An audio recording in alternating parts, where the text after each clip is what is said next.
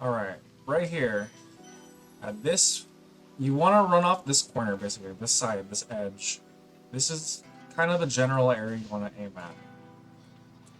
And I've talked about this actually last time when I think about it. Do you guys see how this wall forms like a very, very wide M? It's like a letter M if you face on it like this way. You can see it goes like up, in, up, and then back in. It's like a letter M, right? Do you see that? You have 3 points. 1, 2, in the very farthest corner, 3.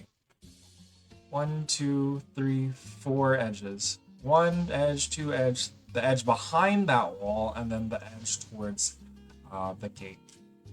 So, all you want to aim at is the middle point of the letter M. You see that wall here? The second edge from that inner corner to like the outer point of the center? That's what you want to aim at as you're trying to do this wall glide. I always try to feel out like the corners. I always aimed kind of like closer inward here and like the outer edge, but I learned that that kind of like second edge is the best kind of gauge, I guess. It's not perfect, of course, but like I've had a lot of success with that today. And that's that. That's it.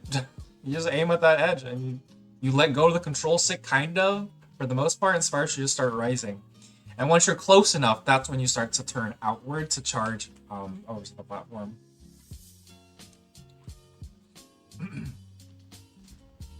That's it. That's the wall glide for Peacekeepers. It's so much simpler than we always thought it was, or at least when I first tried to try it out. When I first tried it out, it's a lot simpler than we thought. And again, it's not perfect, but so one edge here, 2, 3, 4 to that wall. You just want to aim at the second edge, that little center point of the letter M, as you can see on the wall. I think I aimed too far right there. I aimed a little bit more towards the point than the actual surface. So yeah, if you're far, then you won't gain altitude because you're not against that wall. The point is you want to be up against that wall so you can actually gain the altitude. So you can kind of get where you're like not aiming correctly. If you flop, then you're aiming too in towards the wall, and if you're descending, then you're just too far out. Yeah, that was good. I think I turned out too early, and I wasn't facing in as much, so I was kind of descending a little bit at the end.